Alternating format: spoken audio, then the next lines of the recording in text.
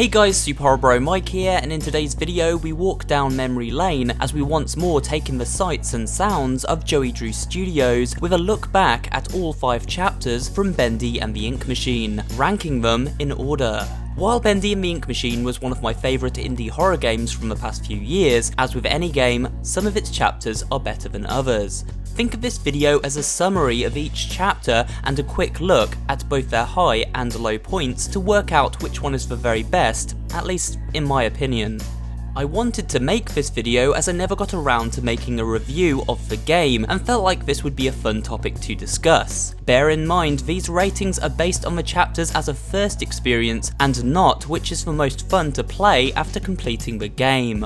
With all that in mind, let's kick this video off, starting at the bottom of the pile. At number 5, it's Chapter 5, The Last Reel. Why is Chapter 5 my least favourite? Well, simply because it's a very mixed bag, containing some awe-inspiring moments, but also some bizarre design choices that drag it down and often make it kind of frustrating to play.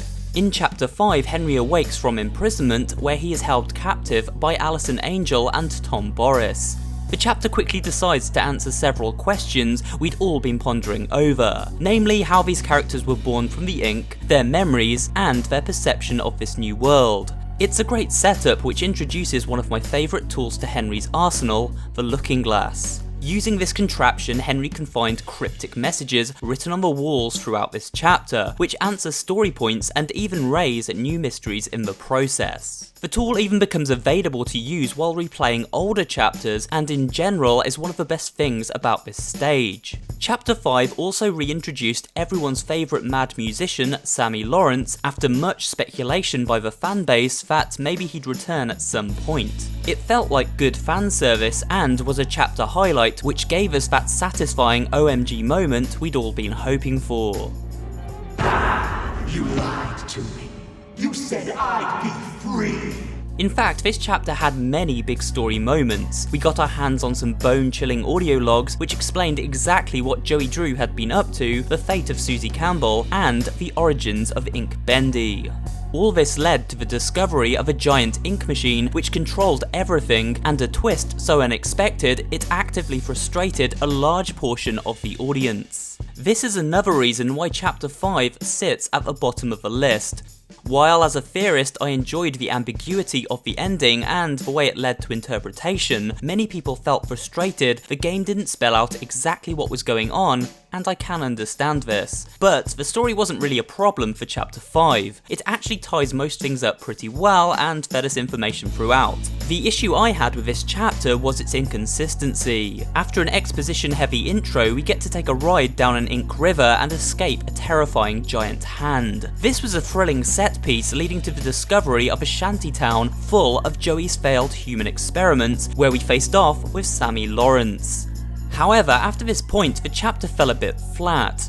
An overlong and frustrating battle segment led straight into an overlong and frustrating stealth segment, which ground the entire pace of the chapter to a halt. Things pick back up afterwards as we reunite with Allison and Tom, journeying into the heart of the machine to take down Bendy's ultimate form, but it never manages to quite find its feet again. Luckily, the story was engaging enough to keep me interested, and the environments fantastically realised as always, thanks to the game's great sense of presentation and atmosphere. But overall, this chapter sits firmly at the bottom of the list.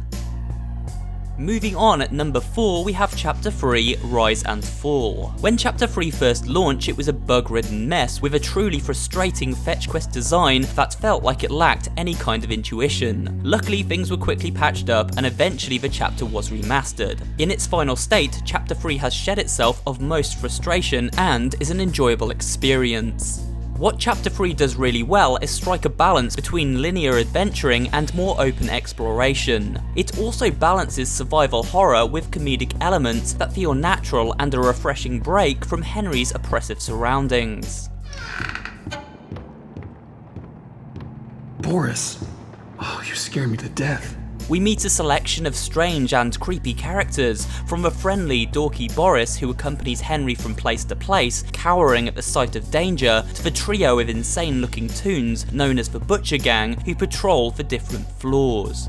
to Norman Polk's Bioshock-inspired and genuinely scary projectionist, and of course the seductive yet deadly split personality of Alice Angel.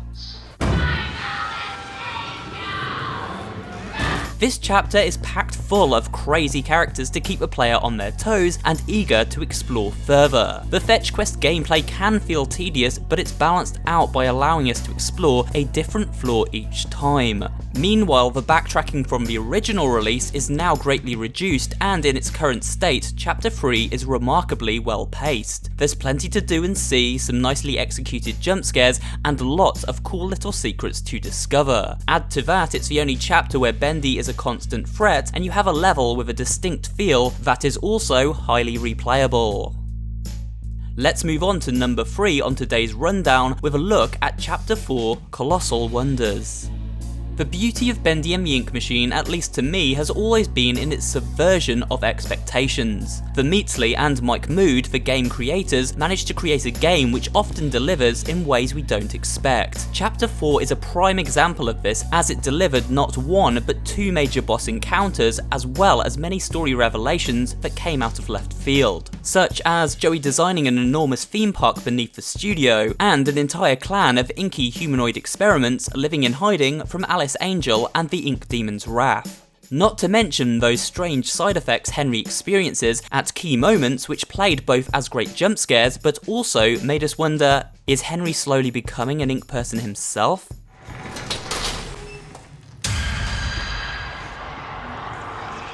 We got a battle between Bendy and the projectionist, rode a creepy roller coaster, played some fairground attractions, said goodbye to an old friend and enemy alike, and met 2 very unexpected allies.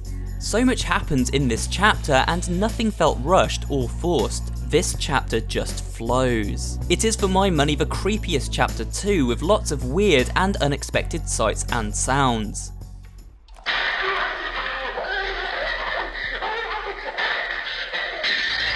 It's also another example of implementing both linear and open game design too. The hub area within Bendyland leading to challenge rooms featuring boss encounters and well executed stealth segments is great, and by the end of a chapter we have experienced so much that it really does feel like a high point in game design. The only issues with this particular chapter is the frustrating nature of the boss fights themselves. They do feel quite janky and unfair at times. It also isn't always clear where Henry needs to head to next. However, these are small issues which don't discourage from a very polished and entertaining chapter. In at number 2 we have the one that started it all, Chapter 1, Moving Pictures. Why is this very simple chapter so high on the list, you may ask? Well, sometimes simplicity can be a virtue, and Bendy Chapter 1 is a fantastic example of this. In Chapter 1, Henry returns to the studio he has been absent for 30 years, as his old friend and work partner Joey Drew writes he has something he needs to show him. Upon arriving, we discover an abandoned workshop and a mysterious contraption known as the Ink Machine. By completing a ritual which essentially involves collecting some key items, Henry manages to power up this machine and sets free the Ink Demon Bendy. As he escapes, Henry falls into the depths of the studio, where his adventure really begins. And that's pretty much all this chapter consists of. It works as an introduction for things to come, but it does so in a really brilliant way. The atmosphere is thick enough to cut with a knife, the art style immediately jumps off the screen, and of course, Bendy looks iconic. As we explore, Henry comes across some horrifying sights, such as Boris with his chest ripped open, and a Bendy cutout which seems to follow him wherever he goes. Who put this here? A chilling audio log from Wally Franks hints at Henry's old pal Joey conducting some kind of ritual. Then we have the greatest jump scare of the game as Bendy finally emerges and we race to the exit as the studio collapses around us. It's a thrilling set piece which is a rush to play through. The chapter even teases combat right at the end too. For a player first experiencing the game, this is a moody and slow-paced introduction that explodes into madness toward the end and leaves you wanting more. It does everything a good opener should and stands the test of time as one of the most impactful chapters. You've probably guessed what the number 1 spot is by now, Chapter 2, The Old Song. Maybe I'm a little biased as both a horror fan and as a fan of Sammy Lawrence as a character, because Chapter 2 feels most like a full-blown horror game thanks to its focus on this cult-like character and his demented music department. Throughout Chapter 2 we get a real sense of mystery, exploring some of the eeriest environments in the game as we attempt to piece together what has gone on here. Strange ramblings are written all over the walls, satanic symbols and coffins adorn the walls and floor, and we get our first taste of combat as Henry faces waves of sinister ink creatures known as the Searchers. Puzzles are simple, yet require some logical thought to crack, and completing each one leads to a new area to explore within the same hub environment. With Sammy keeping a watchful eye on us the whole time, we never truly feel safe, but the chapter manages to sneak some of the writer's trademark humour in there, just to remind us we aren't playing Outlast here. Sorry I had to do that. Nice hat though. By the end of the chapter we must escape a ritual and Bendy himself. This is the first time Bendy poses a direct threat to the player, and his introduction and chase sequence are both brilliant. Henry losing his axe mere moments before the encounter, lending a real sense of vulnerability to this scene. After escaping Bendy, we come face to face with a living, breathing version of Boris. But how? So many questions, which is why Chapter 2 works so well. I wanted to continue to the next chapter as soon as I finished on that cliffhanger, but couldn't as Chapter 3 was 6 months out. Now of course you can, as all chapters of Bendy and the Ink Machine are available and it comes highly recommended. But with that said, perhaps you've played this game and ranked the chapters in a different order. Let me know what you think in the comments section below. And that's it for today's video. Please remember to give it a like if you did enjoy watching, and maybe drop a comment too, as well as subscribing to the channel and turning on notifications so you never miss an upload. This channel specializes in variety horror content, including creepypasta readings, horror gaming facts and theories, and general interest pop culture horror videos. So if you're interested in all things spooky, you'll find something to enjoy here at SuperHorrorBro. Thanks for watching, and I will see you on the next video.